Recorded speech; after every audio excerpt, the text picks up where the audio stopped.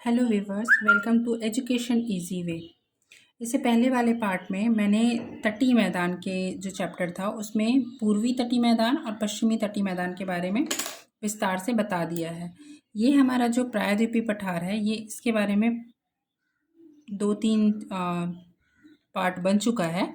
इसके बारे में मैंने पहले ही बता दिया था। इसके बाद हमारा चैप्टर था ये तटीय मैदान। तटीय मैदान ये होता है हमारा पश्चिमी तटीय मैदान और ये होता है हमारा पूर्वी तटीय मैदान।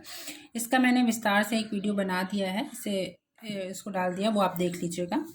इसके बाद हमारा उत्तरी मैदान, तटीय मैदान वाले पार्ट में ही हमारा ये जो उत्तरी मैदान है ये है। तो उत्तरी मैदान में हम 5 पार्ट के बारे में पढ़ेंगे।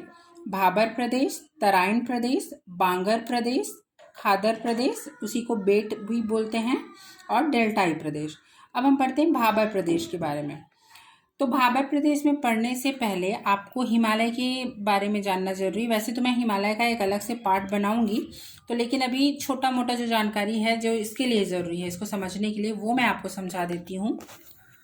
जैसे कि ये हमारा हिमालय का हिस्सा है, तो ये जो है ये एरिया हमारा हिमालय है, बट ये हिमालय के पार है, इसको ट्रांस हिमालय कहते हैं। ये हिमालय का हिस्सा नहीं है, ये हिमालय के पार है, इसलिए इसे ट्रांस हिमालय कहा जाता है। इस पार्ट में 3 पर्वत श्रेणियां होती है, जैसे काराकोरम, लद्दाख, जास्कर, ये है।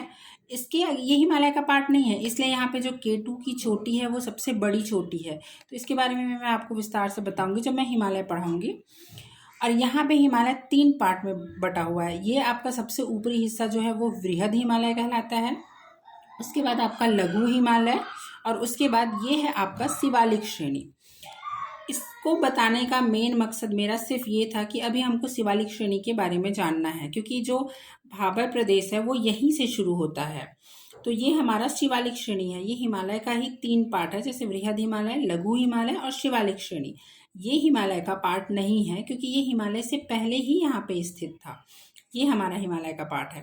तो हम इसके बारे में पढ़ेंगे, इस क्षेत्र के बारे में, और इससे नीचे के बारे में पढ़ेंगे, इसलिए इसे बताना जरूरी था।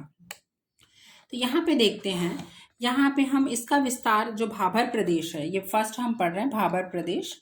तो भाबर प्रदेश का विस्तार हम पढ़ सकते हैं कि यहाँ से जो सिंधु नदी है, सिंधु नदी से लेके तिस्ता नदी तक। अब जो सिंधु नदी होती है वो कहाँ से निकला हुआ है, यहाँ पे जो तिब्बत है उस एरिया पे आपका मानसरोवर राकसताल है, वहीं पे एक ग्लेशियर है। जब मैं नदियों के बारे में पढ़ाऊंगी तो ये विस्तार से पढ़ा दूंगी। तो यहाँ से निकलता है हमारा सिंधु नदी, और ये यहाँ से बहते हुए यहाँ पाकिस्तान की ओर बह जाती है, और ये फिर अपना नदी का यहाँ पे गिरा देती है अरब सागर में। यहाँ से एक नदी निकलती है ब्रह्मपुत्र नदी, ये मानसरोवर से निकलती है जो ब्रह्मपुत्र नदी है वो। ये जो तिस्ता नदी है वो यहाँ पे सिक्किम में एक ग्लेशियर है, जेमू ग्लेशियर, वहाँ से हमारी तिस्ता नदी निकलती है। तो इसका विस्तार, भाबर प्रदेश का विस्तार कहाँ से कहाँ तक है, सिंधु नदी से लेकर हमारा तिस्ता नदी तक। ये जो क्षेत्र है, ये जो ब्लैक में जो दिख रहा है वो आपका भाबर प्रदेश है।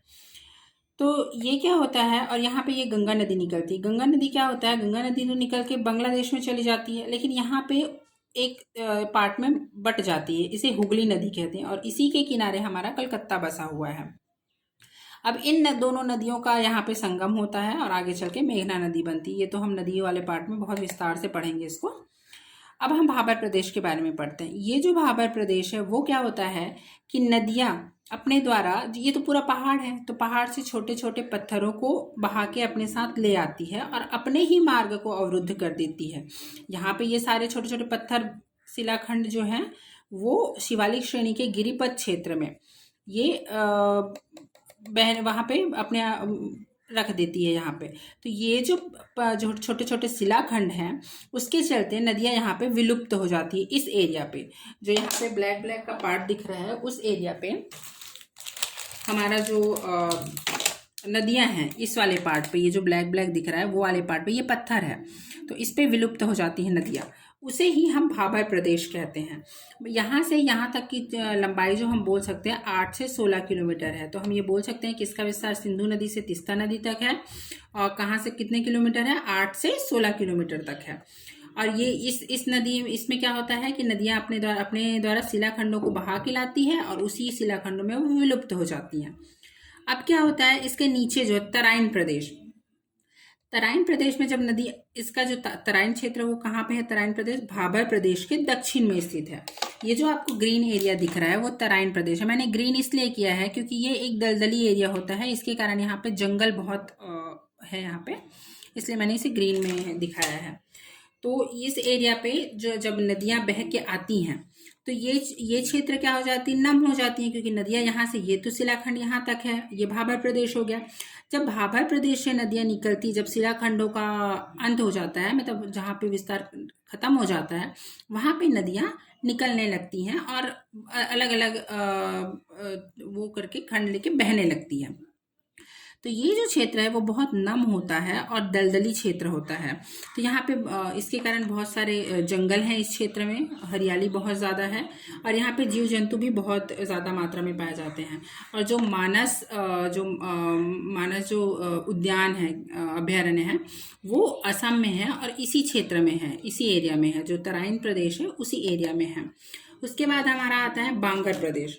अब बांगर प्रदेश क्या होता है कि यहाँ से तो नदियाँ बह रही है, तो अब जब नदियाँ ऐसे बहती हैं, बहते बहते क्या होता है कि अपने साथ बाढ़ जो लेके आती है, यहाँ पे बाढ़ आने लगता है, तो बाढ़ आने पे नदियाँ अपना अवसाद यहाँ पे बिछाएगी, तो वो जो मिट्टी बहुत उपजाऊ रहती है, धीरे धीरे इस एरिया में बाढ़ आते आते ये जो एरिया है वो ऊपर उठ जाता है, मिट्टियाँ, जलोढ़ मिट्टियाँ जो है ऊपर उड़ जाती है।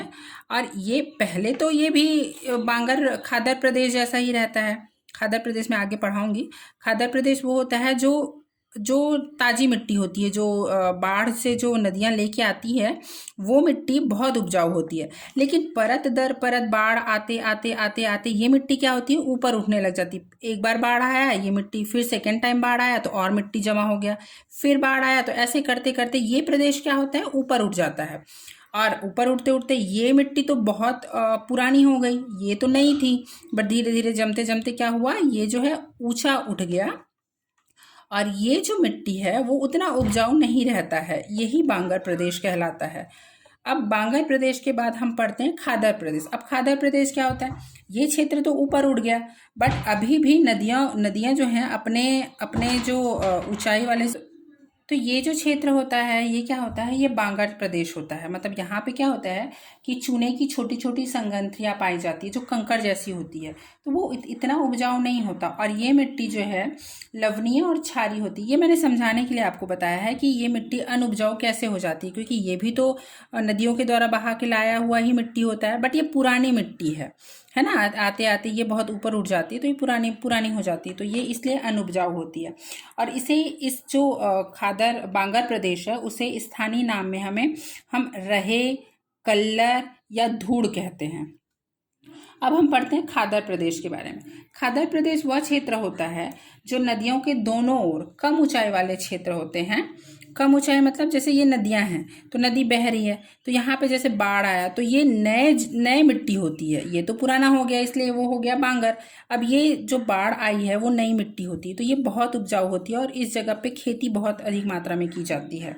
ये खादर प्रदेश होता है। जैसे ये गंगा नदी का मैदान है, गंगा नदी का मैदान, ब्रह्मपुत्र का मैदान, और यहाँ पे जो हमारे छत्तीसगढ़ एरिया में महानदी का मैदान होता है वो वही एरिया होता है जहाँ पे बहुत ज़्यादा नदियों का निक्षेप वहाँ पे रहता है और वो मैदान का रूप ले लेती है। तो ये जो एरिया होते हैं उसमें खेती बहुत अच्छी मात्रा में होती है।